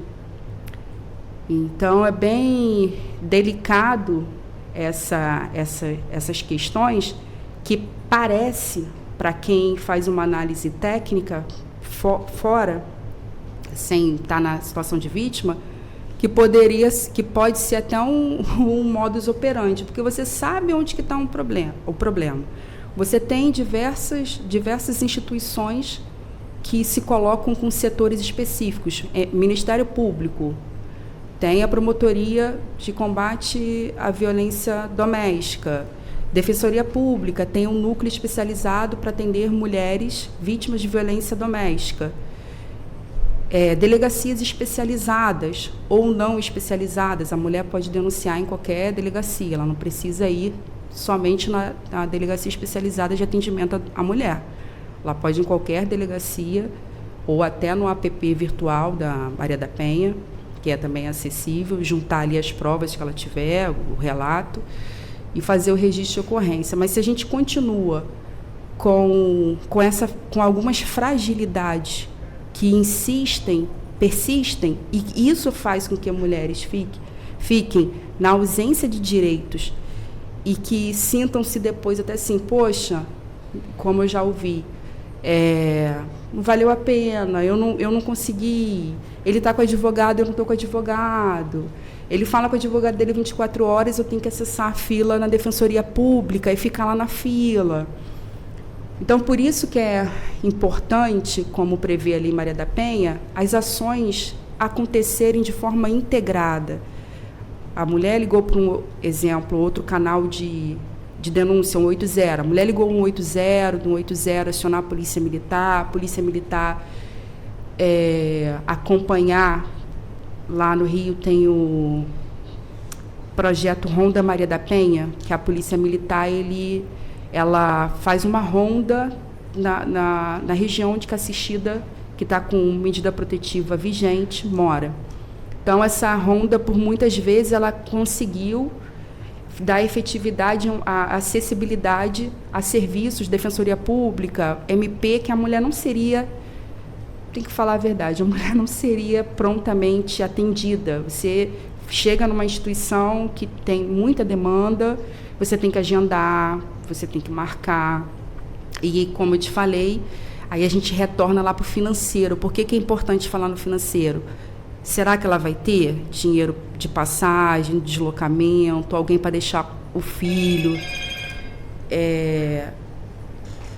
Então, assim, a gente ainda perpassa com essas dificuldades para acessar o direito. Como que você acessa esse direito? Entende, doutora? Como você vai acessar esse direito com tantas dificuldades que você tem naquele momento? Você está machucada, você precisa ir no médico, você precisa do BAN, do boletim, do prontuário médico para juntar na delegacia, mas você precisa de cuidado, você precisa no psicólogo, você precisa juntar provas, você precisa no Ministério Público. É delicado viver dentro desse contexto, sabe? A mulher, eu penso como uma opinião aqui minha pessoal, a mulher que sai depois disso tudo, que ela consegue ressignificar todas essas dores e ela consegue ter autonomia financeira, gerir a sua própria vida depois disso, ela merece um prêmio. Porque é enlouquecedor, embora a aparência é uma aparência muito boa, de funcionalidade. Não estou aqui desmerecendo nenhum profissional, tá? Tem profissionais muito qualificados, engajados mesmo na proteção da mulher, como a nossa própria entidade de classe, a OAB, que em diversos estados tem comissões e mulheres atuantes, mulheres boas profissionais, mas que falta ainda na prática uma análise sobre as dificuldades que a gente encontra nesse caminho aí, porque essas dificuldades fazem com que muitas mulheres fiquem na ausência de direitos e culpem a lei, porque aí ela muda. A lei Maria da Penha era para me amparar. Agora eu sou autora do fato, agora eu não consigo na Defensoria, não consigo no MP, eu não tenho acessibilidade a esse serviço, eu não tenho como pagar um advogado, e ela se vê ali naquela bola de neve. E uma outra situação que eu também acho pontual a falar é que a violência ela não cessa quando a gente vai na delegacia e denuncia. Ela não vai cessar ali. Dali a gente tem que lidar com outras questões, com a revolta do autor do fato, da família, com a perseguição e com a reiterada ali de muitos deles tem uma reiterada de investidas criminosas contra a vítima, até para que ela fique desestabilizada, seja julgada pelo seu próprio comportamento, porque a mulher já está fragilizada.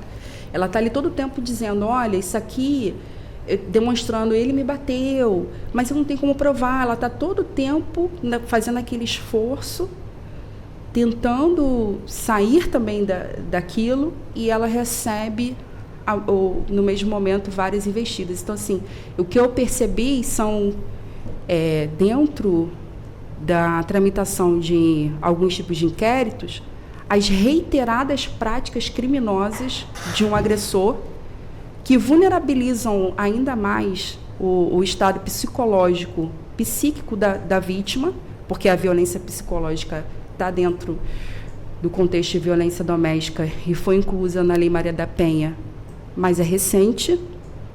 E como lidar com essas outras questões, que devem ser amplamente debatidas, estudadas, ter uma análise técnica e implementado um outro tipo de política pública para dar suporte, sabe? Então, é delicado demais, é um ponto muito sensível, ainda mais quando você já sentiu aquela dor. E quando você já sentiu aquela dor, quando você já esteve naquele lugar, ou quando você está finalizando, saindo desse lugar, ou finalizando esse ciclo, você consegue entender muito bem o que essa mulher está passando. Por isso eu consigo entender muito bem o que se passa, o que acontece, porque eu já vivi muito isso e estou tentando também sair desse ciclo, e vou conseguir, estou finalizando. Mas, assim, eu acho que é importante a gente falar com clareza dos limites das atuações institucionais, dos limites das atuações desses setores, porque que eu vejo, como eu já vi muito, parece que é a porta da esperança, que a pessoa vai bater ali e tudo vai ser resolvido ali. Nem tudo vai ser resolvido ali. Tem que ser divulgado até onde pode ir, o que pode se fazer, e chamar essas mulheres para saírem da dor e para a luta. Porque é isso que faz, esse todo o movimento. Se hoje nós temos aqui uma advogada especialista no direito do trabalho, se hoje nós temos direito trabalhista, vem da luta de mulheres que nos antecederam e outras, assim como a nobre advogada nesse momento está fazendo, como mulher, como advogada, para fazer valer direitos, para amparar outras mulheres e famílias. Então, a gente tem que sair da dor, ir para a luta, mas, assim, tudo que prevê na Lei Maria da Penha, no meu entendimento, ela não funciona, ela não vai funcionar de uma forma eficaz para uma mulher vítima sozinha. Ela precisa de todo esse acompanhamento, todos esses setores. Psicólogo, assistente social, defensoria, tudo integrado, e acompanhando a pessoa até a finalização. Eu não sei se aqui no DF, se as colegas puderem me ajudar, agradeço. Se aqui no DF tem projetos do MP, programas do MP, que encaminha a vítima de violência doméstica para emprego. Vocês sabem dizer? Porque lá no Rio tinha um programa que encaminhava a vítima de violência doméstica também para empregos. Então, uma forma de ir trabalhando com essa mulher ali dentro das violências que ela está sofrendo, sobrevivendo, tratando a questão psicológica, emocional e jurídica, porque muito tem um olhar muito frequente para o jurídico policial. O jurídico policial vão ajudar a mulher, vão tirar a mulher da situação ali de risco de morte, porque eu também não vejo morte só quando um agressor vem, coloca uma arma e mira na mulher e a mata, ou de estrangulamento, facada, alguma coisa nesse sentido. Eu vejo morte que, se a mulher ela não tem mais esperança na legislação vigente, ela não acredita no ordenamento jurídico, e ela não acredita mais em políticas públicas, e ela não tem mais um motivo, uma razão para ela viver ou sobreviver e ressignificar, para mim essa mulher está morrendo.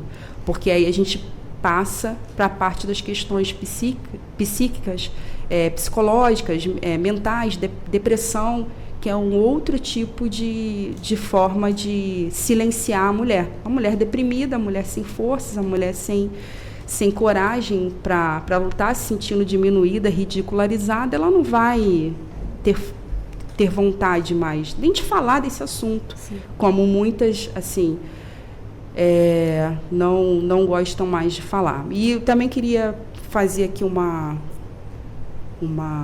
exposição de algo real. A doutora Renata falou algo importante, que mesmo pessoas que a gente acredita que pelo grau de instrução que a pessoa tenha, capacitação com lei Maria da Penha, que ela vai ser sensível à causa, ou obrigatoriamente deveria ser sensível à causa. Eu passei no mestrado, e na época que eu passei no mestrado, eu fui agredida. Então, como é que você vai fazer a matrícula para o mestrado? Então, eu enviei, explicando a minha situação, boletim de ocorrência, medida protetiva, e eu não tive sensibilidade dessa instituição, dessas pessoas. Eu, com o boletim de ocorrência, com a medida protetiva, eu fui excluída da seleção do mestrado. Então, assim, imagina a luta para você estudar, fazer a tese lá. Eu passei em ampla concorrência, com uma nota de 8,5. E ali, naquele momento, eu fui agredida. Eu não tinha condições psicológicas para passar pelaquela fase de entrevista, Então, assim, aquilo ali me deixou extremamente estarrecida e horrorizada. Porque se uma instituição que trabalha relações étnicos-raciais, que trabalha as questões de gênero, essa instituição não entendeu o momento que eu estava vivendo, e como que fica as mulheres que são aprovadas em concursos públicos e vão perder a vaga, foram agredidas? Eu sei que isso abre uma discussão muito ampla, muito séria, até porque, né, podem pessoas depois utilizar a Maria da Penha para passar no concurso e para driblar aí algumas situações. Mas a gente se depara hoje com isso. A doutora Renata trouxe aqui falas muito importantes sobre isso, como juízes que não querem aplicar, como eu já ouvi. E nesse caso, a doutora Jaqueline, ela poderia entrar com o processo por dano moral, nesse caso da instituição? Assim, poderia, né? Na verdade, teria que comprovar que houve essa negativa por ela estar sofrendo uma medida protetiva, teria que ter a prova, né? Fazer esse link com essa conexão, esse nexo de causalidade, mas poderia, sim. A gente, infelizmente, assim, a fala da doutora cai muito no que a gente fala. A Lei Maria da Penha é uma das leis mais bonitas que nós temos, né? Só que a implementação dela é muito difícil, porque não depende só, né, de um poder público, né? Precisa de uma integração completa, né? E a questão financeira é muito prejudicial também, porque a maioria das mulheres que sofrem violência, infelizmente, são mulheres de condição financeira baixa, e aí vem toda aquela questão de poder se deslocar. Tem a questão da creche que a gente estava falando, não tem muitas vezes onde colocar o filho, não tem como trabalhar, porque sofre preconceito de estar inserida nesse ambiente, muitas empresas não querem contratar, e ela acabou retornando para casa do agressor e vive aquele ciclo.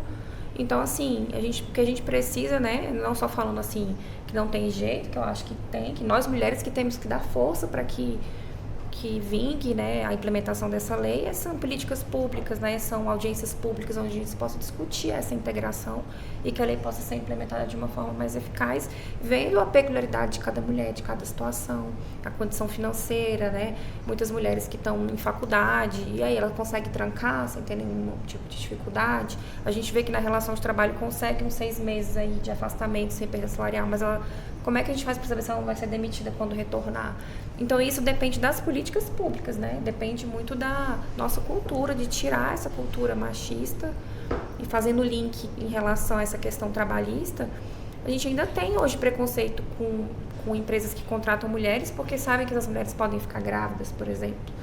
Então, a gente tem uma legislação protetiva para a mulher que, ao mesmo tempo, a prejudica, né? Porque tem empresas que deixam de contratar mulheres porque falam, essa pessoa pode ficar grávida, vai me prejudicar. Então, a gente tem situações que não é culpa da lei, né, que não é aplicada, é culpa da sociedade, do que foi enraizado aí da nossa geração, infelizmente. Então, nós temos que trabalhar nas nossas crianças, né, para que tire isso, né, da cabeça das pessoas, que infelizmente o nosso mundo, o Brasil ainda é muito machista. Então, nós temos que avançar, e eu acho que as políticas públicas na escola, você trazer para as crianças hoje a importância, né, da mulher, como a mulher ela tem uma dupla jornada, enfim, E a gente não está aqui querendo trazer mais direitos para a mulher, a gente quer equiparar a mulher e a gente tem que tratar as pessoas desiguais para poder equipará-las. Esse é o princípio da igualdade, né? A gente tratar diferente as pessoas para que elas sejam iguais. Então, assim, infelizmente não depende só da gente, né? Então, assim, é muito difícil, mas a Lei Maria da Penha ela foi um avanço, apesar de todas as dificuldades. Mas nós temos que trabalhar dentro da sociedade, né? Para que isso não venha, esse machismo não venha trazido de geração em geração. E aí, infelizmente, ainda ocorre bastante. Antes de eu passar a palavra para a doutora Renata, gostaria de agradecer por compartilhar, doutora Suelen, essa sua experiência e parabéns pela coragem, por denunciar e ser um exemplo para outras mulheres. Olha, eu tenho passado uma luta. Se imagine na delegacia denunciar seu agressor, você tem que denunciar a delegada. Se imagina em diversos lugares as pessoas te questionar do que você está passando, se você está falando a verdade. Então, imagina você a gente ser afetada de todas as formas possíveis e inimagináveis. E você vê que, até hoje, a palavra da mulher, ela ainda tem que ser muito... A mulher tem que ter um grupo de apoio muito grande para ela passar pelo sistema de justiça, porque o sistema de justiça, ao mesmo tempo que ele está equipado por algumas pessoas para poder amparar e acolher, ele não acolhe de forma devida, sabe? Então, assim, eu tenho passado por muitas violências institucionais dentro do sistema de justiça, não aqui no DF, porque eu estou falando a nível de Rio de Janeiro. Então, assim, é muito difícil ainda, sabe? Lidar com essa situação toda. A todo tempo você é criticada, questionada, difamada, porque eles atuam diretamente na nossa reputação para poder nos minar enquanto mulher, enquanto advogada. A gente, como a doutora Renata bem disse, a gente tem juízes e desembargadores ainda que não veem como crime, talvez, estou falando talvez, supostamente estou levantando aqui uma hipótese, práticas que eles também praticam no dia a dia deles. Então, se eles praticam no dia a dia deles, eles não vão ver aquilo ali como crime, vai acabar sendo naturalizado. E a questão racial também.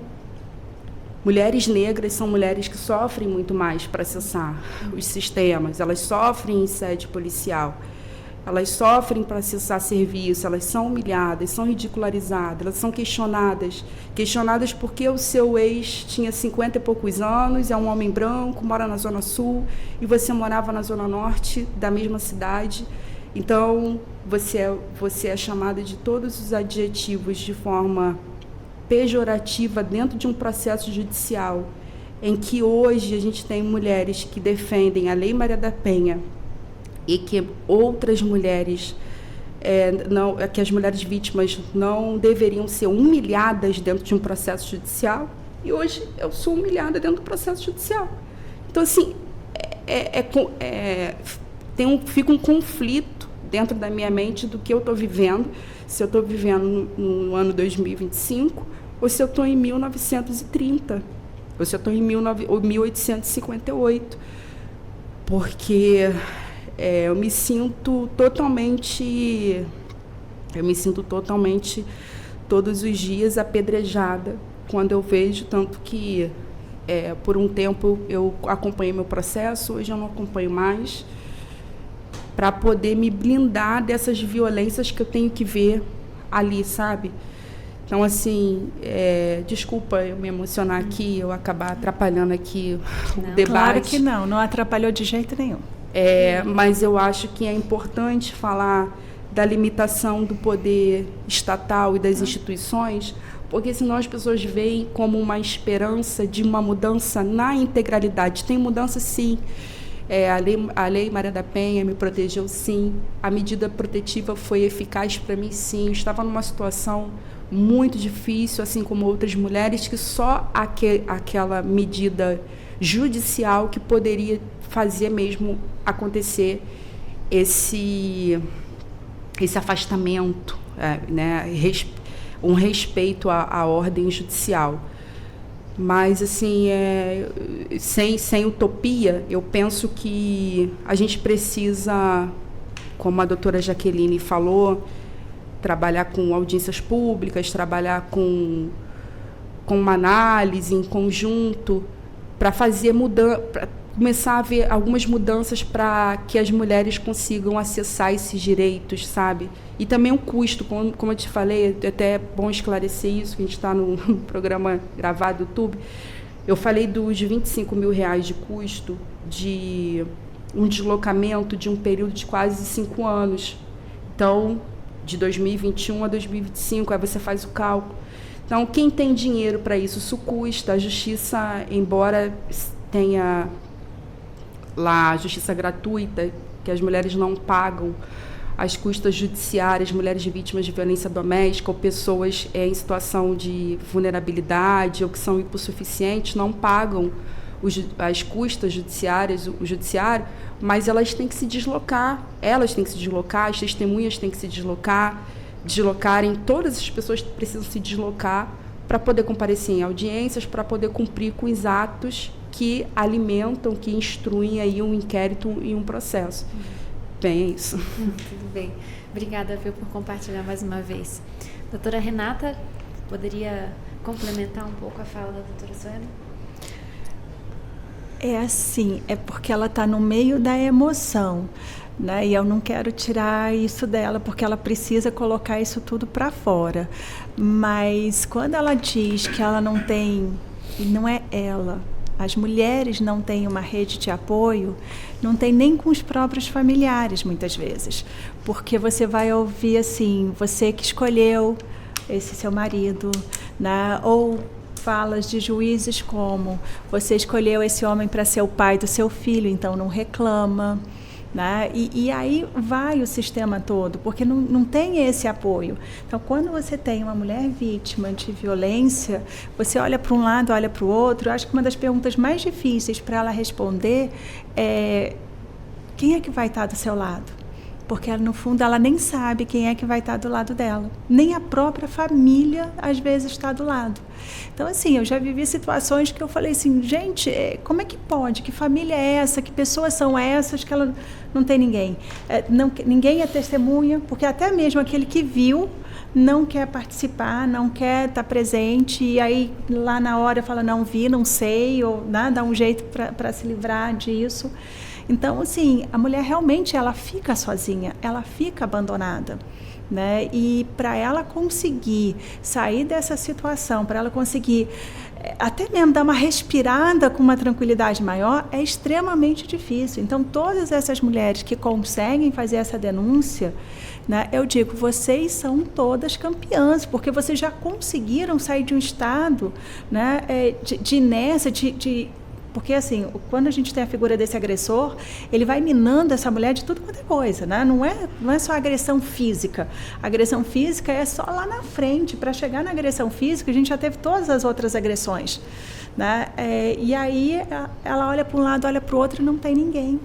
E quando eu falo não tem ninguém, as pessoas existem, mas não acredita, acha que está exagerando. Não foi bem assim que ele quis dizer. E aí começa a tentar passar pano para o agressor. Quer dizer, inverte essa situação. Aquela mulher que é a vítima, ela passa o tempo todo tendo que provar que é a vítima, sendo que, na realidade, ela que sofreu. Né? E a fala dela, a gente diz, está lá na Lei Maria da Penha, que a fala da mulher, ela passa a ter preponderância, ela passa, né, a ser mais forte. Quando a gente vai fazer a análise em termos de processo, o resultado do processo, não é bem assim. O único momento que ela tem uma validade maior, na minha percepção, é na delegacia e aquele primeiro momento para conceder ou não a protetiva. Sim. Porque dali para frente, o processo ficou igual a um processo penal tradicional, um inquérito tradicional. Né? Não vai ter mais essa diferença, não é feita essa diferença. A gente volta, então, para a questão da dificuldade de produzir prova, até a interpretação que se dá às provas que são levadas pela mulher. Né? Eu falei assim, mas por que você trouxe isso agora e não trouxe quando aconteceu?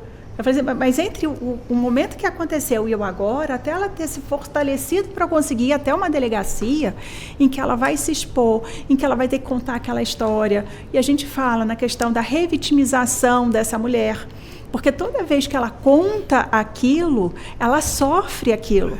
Não é uma coisa que é decorada. Não, eu decorei essa sequência aqui e pronto. Não. Para cada vez que ela lembra aquilo ali. Então, ela já teve que contar na delegacia, teve que contar para o advogado ou na defensoria. Aí depois ela vai contando aquilo e cada vez que ela conta, dói mais. Porque Sim. ela está relembrando. Não é contar da boca para fora. É o sentimento, ela revive aquela situação. E eu tenho sempre, então, essa revitimização dessa mulher, que é a pior coisa que tem.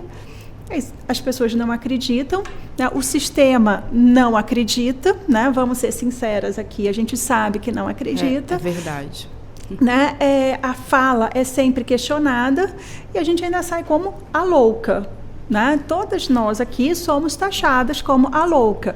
E todas aquelas que tiveram um namorado, um casamento e que terminou, né? Independente do motivo, qualquer que seja o motivo, ele vai virar e falar assim, a minha ex louca, e a próxima esposa, namorada, etc., vai ainda acreditar que a ex é realmente louca, né? Porque o sistema ele é tão contrário às mulheres que até as próprias mulheres não acreditam nas mulheres. Aí fala, isso é bobagem, isso é mimimi, né? Então, assim, é uma situação que você às fala vezes, assim... voluntariamente, né? Nós mulheres somos contra as mulheres, né? Às vezes a gente está no trânsito e fala, posso que é uma mulher. Tem essa parte também, mas assim, todo o sistema vai contra aquela mulher, porque na realidade, essa mulher que está denunciando, ela é aquela mulher que está querendo romper um sistema, então a gente precisa, né, vamos tentar eliminá-la, vamos tentar ignorá-la, vamos tentar fazer com que ela não fale. É nesse sentido. Por isso que tudo é tão difícil. Por isso que os espaços físicos são difíceis. Porque, óbvio, se eu tenho um lugar em que teria que ter... se a gente pensar em termos interligados, eu falo DEAN, eu falo MP, eu falo Defensoria, gente, é só ter 3 portinhas. Uma portinha da DEAN, uma portinha da Defensoria e uma portinha do MP. Né? Para a gente pensar e levar isso para o judiciário. A gente trabalharia ali com 4 portinhas em termos de segurança. A portinha que seria da psicologia, que eu acho que é extremamente importante, e do assistente social. No mínimo, eu precisaria de ter 6 portinhas, uma para cada pessoa. Aí, quando você vai ver no nosso sistema, a DEAN fica aqui, a Casa da Mulher Brasileira fica lá. Aí, aonde que fica assistente social? É o CRAS, não sei o quê. Até a gente saber onde fica, e é distância. Aí você fala, eu vou a pé? E a gente não consegue nem ir a pé. Né? Vamos para o MP. Onde fica? Porque cada um fica no seu mundinho e ninguém está amparando essas mulheres que precisam. Então, quando a gente fala nessa... integrado, né? Tinha que ser tudo integrado. Tem que ser integrado. Eu estou falando realmente portinhas para ir até a mulher. Né? Então, são portinhas mesmo, em que eu tenho um representante de cada uma dessas áreas que está ali para receber essa mulher e ela não ter que ficar o tempo todo falando. Porque se eu coloco ela contando para todos eles de uma vez só... Né? Eu já estou eliminando aí, porque ela tem que contar 6 vezes, né? Se a gente parar para pensar, né? E sem contar para a mãe, que a mãe não vai acreditar, para a amiga, eu falei, não, mas o seu marido, ele não tem cara disso, não. Eu falei, ué, e desde quando, né, assassino tem cara? Vem aqui escrito, ó, assassino? Não tem, gente. Né? Não, ele é uma boa pessoa. E para culminar, para matar essa mulher ali na força do ódio, ainda vem e fala assim, ele pode até não ser um marido tão bom, mas ele é um excelente pai.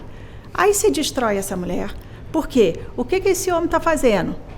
Ele está ensinando este filho a ser agressor ou esta filha a sofrer as agressões.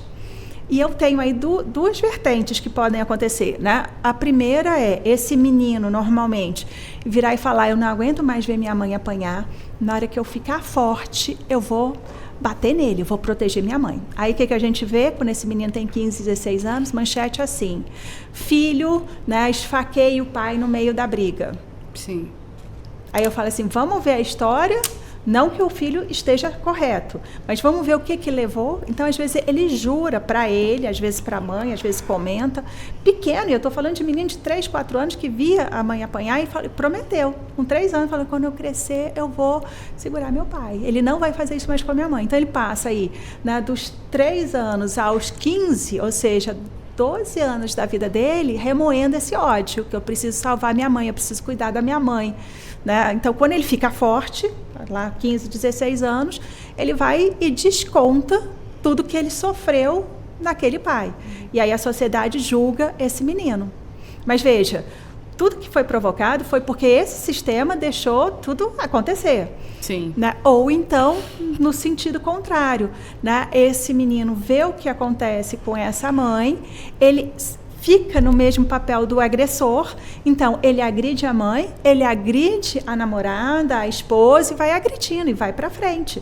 Né? Muitas vezes falas que são assim, ex-maridos, né?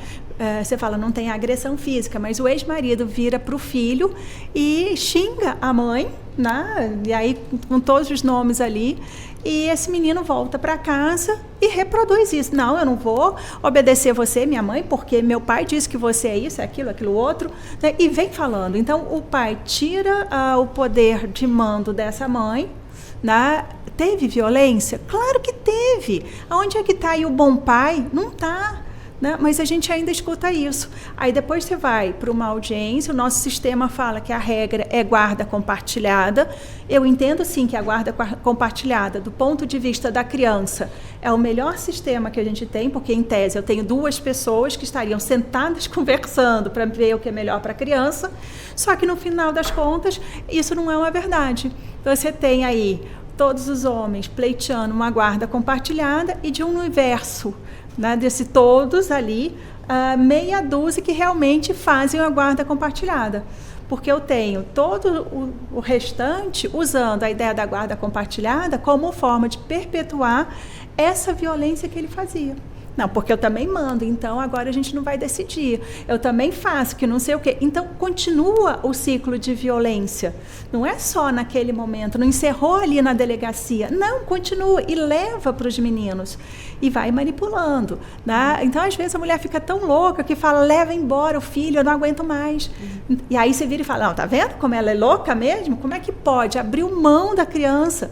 Mas abriu mão mesmo porque, para ela ter um pouquinho de sanidade nesse conjunto todo, ela precisa fazer isso. Aí ela é a louca que abandonou o filho, que não quer saber de trabalhar. Mas como é que essa mulher vai conseguir trabalhar? Né? Ela não consegue nem se concentrar, e aí não conseguindo se concentrar, não faz um bom trabalho, está sempre pedindo atestado médico por conta de uma dor de cabeça, uma dor nas costas. Né? Aí aqui a nossa colega lá de trabalho, ela tem todos esses dados e informações, porque isso tudo já está mapeado.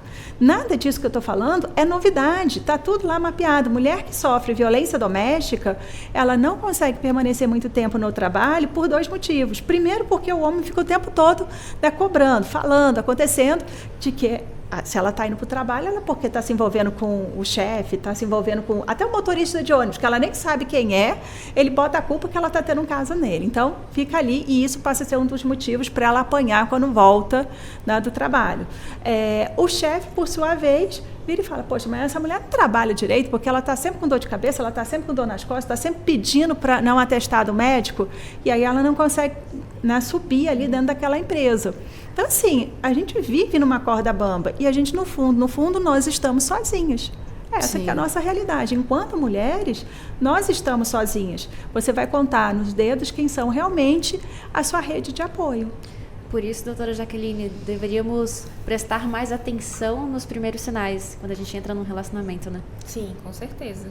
E a gente, por estar apaixonado, né, naquele primeiro momento, muito difícil a gente ver alguma coisa, né? Porque as pessoas nunca escondem por muito tempo quem elas são, né?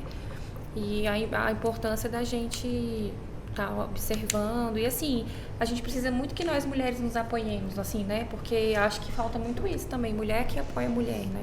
A gente vê muitas mulheres hoje que não... Igual a doutora falou, às vezes o atual namorado, minha ex-mulher era louca, e a mulher ela é louca mesmo, porque tá naquele afã lá do relacionamento, não procura saber a história, como aconteceu. Então, assim, infelizmente a gente reproduz muito do que a gente vive no nosso ambiente familiar, né? Então, assim, crianças que vivenciam agressões dos seus pais ou vão ser agressores ou vão ser vítimas de agressão, infelizmente. Então, eu acho que o nosso trabalho aqui, além de dar a informação que estamos dando para as pessoas, é trabalhar, acho que na nossa sociedade, né? Com as nossas crianças, né? Para que elas cresçam diferentes, né? Porque é difícil, né? É difícil, assim, quando a gente vê uma mulher que não apoia uma mulher numa situação dessa, ou que pré-julga, né? Ou que fala, também, sempre tem um também, né? Tem uma vírgula ali na história. Nunca vai ser a história que ela contou. É muito triste, mas muitas vezes nos vemos sozinhas, mas não podemos perder as esperanças, porque são pelos nossos exemplos, pelo exemplo da doutora, que outras mulheres terão coragem de fazer também, né? É triste, a gente fica desanimado, mas temos que ir à luta. Persistir. Bom, agora são 4h52 pelo horário de Brasília. Antes de ir para as considerações finais, eu vou dar os destaques do Jornal da Justiça, que começa às 18 horas aqui na TV Justiça e também ao vivo pela Rádio Justiça. Presidente do Supremo Tribunal Federal rejeita impedimento de ministros para julgar denúncia contra Jair Bolsonaro. O plenário do Supremo Tribunal Federal confirma a exigência de curso superior para o cargo de técnico do Poder Judiciário da União. Corregedoria Nacional de Justiça afasta um juiz e um servidor do Tribunal de Justiça do Amazonas por suspeita de irregularidades num processo envolvendo a Eletrobras. O Ministério Público Federal cobra do governo do Pará medidas para assegurar os direitos de mulheres trans ou travestis nos presídios de Santarém. Justiça Federal garante a um paciente o direito de cultivar maconha para produzir óleo medicinal sem risco de punição. E ainda, projeto criado por um juiz do Tribunal de Justiça do Distrito Federal distribui kits de material escolar e leva esperança e novas oportunidades a crianças de baixa renda de Brasília. Portanto, o Jornal da Justiça começa daqui a pouco, às 18 horas, na TV Justiça e também ao vivo aqui pela Rádio Justiça em 104,7 FM. Bom, já estamos no fim do nosso programa. Eu gostaria muito de agradecer a participação de vocês aqui no Justiça na Tarde.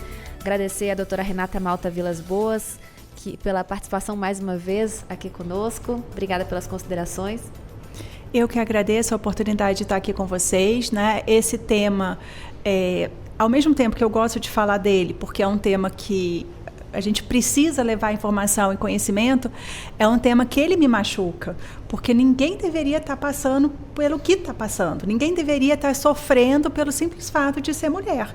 E é isso que acaba acontecendo, né? Então, se a gente tem homens e mulheres, né, precisa todo mundo trabalhar a ideia de respeito, essa ideia de imposição, ou é uma violência que a gente vive constantemente, que a gente se acostumou com ela, né, infelizmente, né? Então a gente precisa estar sempre falando dela e ao mesmo tempo a gente está sempre sofrendo com ela, né? Então nós estamos aqui no meio do carnaval, né? Eu sei que tem muitas mulheres que estão aí, que estão passando por esses perrengues e não é não, viu, gente? Isso mesmo. Doutora Jaqueline Amarilho, muito obrigada também pela participação aqui na Rádio Justiça. Eu que agradeço mais uma vez, é sempre uma honra estar aqui com vocês, dando voz, né, para os nossos ouvintes e falando bastante assim, sobre os direitos. Esse é um tema, que nem a doutora falou, muito importante, tanto que passou voando aqui a hora, a gente nem percebeu. Queria agradecer muito, agradecer aos ouvintes que estão com a gente e parabenizar em especial a doutora Suelen pela coragem.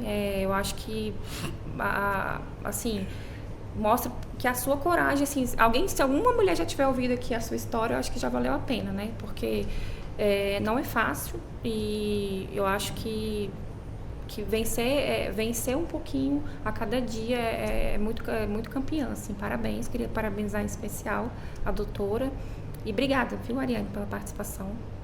Boa tarde. A gente que agradece.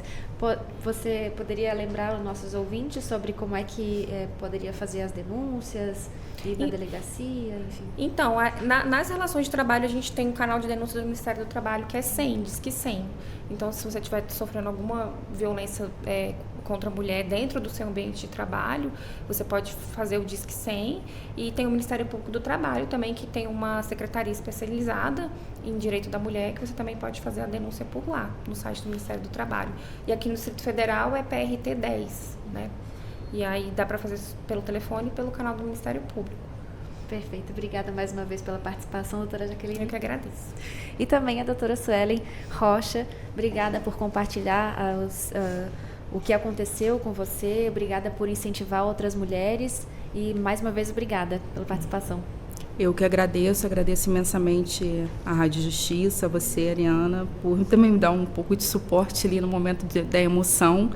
Eu quero dizer que acredito que minha voz já ecoou para diversas mulheres. Esse programa vai ficar lá gravado para as pessoas assistirem. Agradeço imensamente também a presença aqui, a colaboração das colegas, profissionais competentes, aguerridas, combativas, e que as mulheres não percam as esperanças e que tenham vontade de ressignificar o que passaram, independente do local onde que passaram, se foi no lar, se foi no ambiente de trabalho, se foi dentro de uma audiência, no judiciário, enfim, independente de onde ocorreu essa violência, que ela tenha coragem para buscar ajuda especializada e se cuidar e ressignificar, porque a vida, né, a gente tem que conjugar o verbo esperançar e viver e seguir. Muito obrigada. Que as mulheres apoiem mais as mulheres. Vamos juntas. Vamos juntas. É isso. Então, esse foi mais um programa Justiça na Tarde, aqui na Rádio Justiça. Eu sou a Ariana Fonseca e agradeço a sua companhia e audiência. Lembrando que a produção do nosso programa foi de Ana Cláudia Possati, os trabalhos técnicos de Neto Silva e coordenação de jornalismo de Marcela Luiza. Até a próxima. Rádio Justiça, 104,7 FM. Sintonize seus direitos. A Rádio Justiça apresentou Justiça na Tarde. Secretaria de Comunicação Social, Supremo Tribunal Federal.